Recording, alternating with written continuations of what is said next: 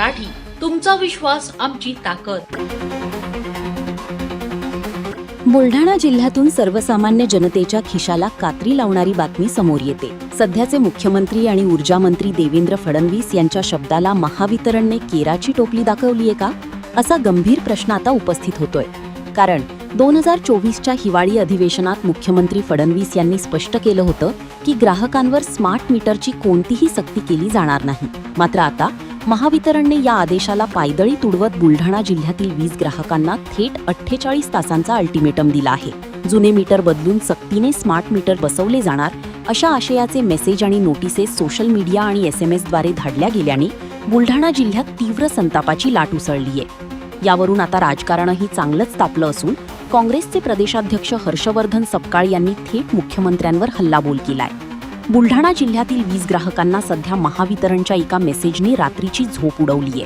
महावितरणने ग्राहकांना 48 तासांच्या आत जुने वीज मीटर बदलून स्मार्ट मीटर बसवण्याची सक्ती केली आहे. या तातडीच्या नोटिसीमुळे जिल्ह्यात एकच खळबळ उडाली असून जनतेकडून महावितरणच्या दडपशाही विरोधात तीव्र संताप व्यक्त केला जातोय.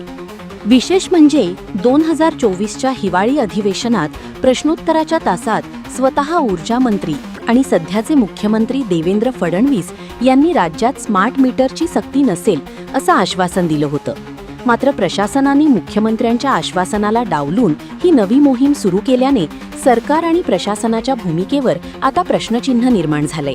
दरम्यान या मुद्द्यावरून विरोधकही आता कमालीचे आक्रमक झाले आहेत. काँग्रेसचे प्रदेशाध्यक्ष हर्षवर्धन सपकाळ यांनी थेट मुख्यमंत्री देवेंद्र फडणवीस यांच्यावर निशाणा साधला आहे. तामिळनाडूच्या मुख्यमंत्र्यांचे उदाहरण देत फडणवीसांमध्ये हिंमत असेल तर त्यांनी तात्काळ हा निर्णय रद्द करून दाखवावा, अन्यथा आपण महाराष्ट्रातील सर्वसामान्य जनतेचे नसून फक्त उद्योगपतींचा चांगभलं करण्यासाठी खुर्चीवर आहात असाच याचा अर्थ होईल, असे आव्हान सपकाळ यांनी फडणवीसांना दिले आहे.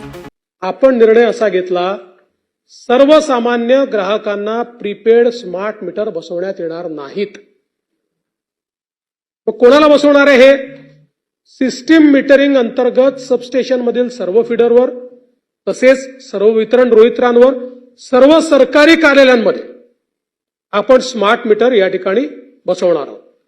दुसरं, आपण जे म्हणालात ते बसवून निघून जातील असं नाहीये. यातली टेंडर कंडिशन काय आहे?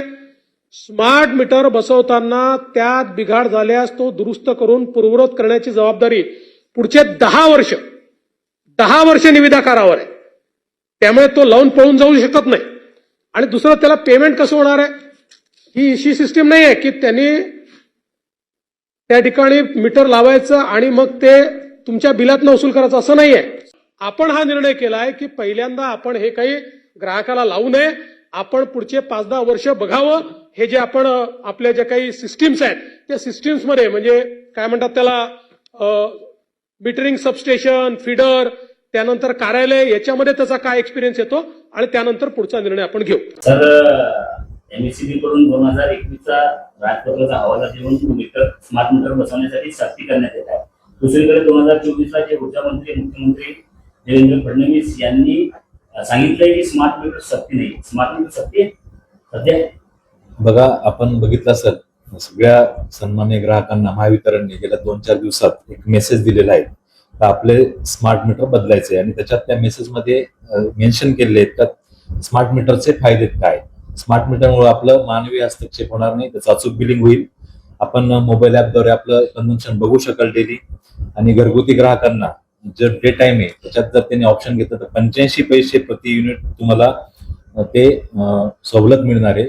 आपल्या रेटपेक्षा ती सवलत ग्राहकांनी घ्यावी आणि हे मीटरचे कुठले चार्जेस ग्राहकांना लागणार नाही.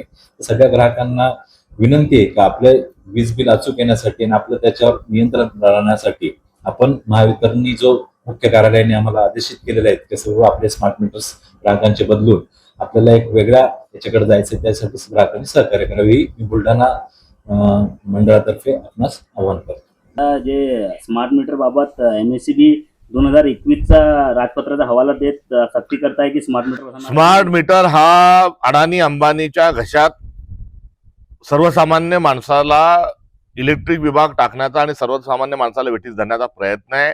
ज्या पद्धतीने तामिळनाडूमध्ये एका मिनिटात तिथल्या मुख्यमंत्र्यांनी स्मार्ट मीटरचा निर्णय रद्द केला, देवेंद्र फडणवीस मध्ये जर हिंमत असेल तर त्यांनी देखील स्मार्ट मीटरचा निर्णय तात्काळ रद्द करावा. अन्यथा आपण जे आहात हे उद्योगपतींचं चांगलं करण्याच्या अनुषंगानं महाराष्ट्राचे मुख्यमंत्री म्हणून कार्यरत आहात असा त्याचा अर्थ होईल. स्मार्ट मीटर रद्द करावे आणि प्रचलित जे मीटर होते त्या मीटरच्या अनुषंगानंच जी आहे ती व्यवस्था चालवण्यात यावी. दुखणं एक आहे आणि उपचार दुसरा सुरू आहे. एवढंच नाही तर स्मार्ट मीटरच्या अनुषंगानं विद्युत विभागाचा खाजगीकरणाचा घाट हा देवेंद्र फडणवीसांनी घातलेला आहे. ज्या शेअर बाजारमध्ये जो जीपीओ एमपीओ जो काही असतो, शेअर मार्केटमध्ये आता एमएससीबीला घेऊन जाण्याचा प्रयत्न हे सरकार करत आहे. याचा अर्थ स्पष्ट आहे, स्मार्ट मीटर, खाजगीकरण आणि खाजगीकरणाच्या निमित्तानं त्यांच्या लाडक्या उद्योगपतींना पूर्ण विद्युत वितरणाचा आणि जनरेशनचा ठेका देणे. एकीकडे सरकार सक्ती नाही असं सांगत असताना दुसरीकडे महावितरण मात्र 48 तासांचं अल्टिमेटम देऊन जनतेवर दबाव आणत असल्याचं चित्र बुलढाण्यात पाहायला मिळतंय. आता मुख्यमंत्र्यांच्या शब्दाला मान राखला जाणार की महावितरणची ही मनमानी अशीच सुरू राहणार आणि काँग्रेसच्या या आक्रमक भूमिकेनंतर सरकार स्मार्ट मीटरचा निर्णय मागे घेणार का, याकडे संपूर्ण राज्याचे लक्ष लागले आहे. ब्युरो रिपोर्ट, लोकप्रिय मराठी न्यूज, बुलढाणा. अशाच ताज्या आणि वेगळ्या घडामोडींसाठी पाहत रहा लोकप्रिय मराठी न्यूज.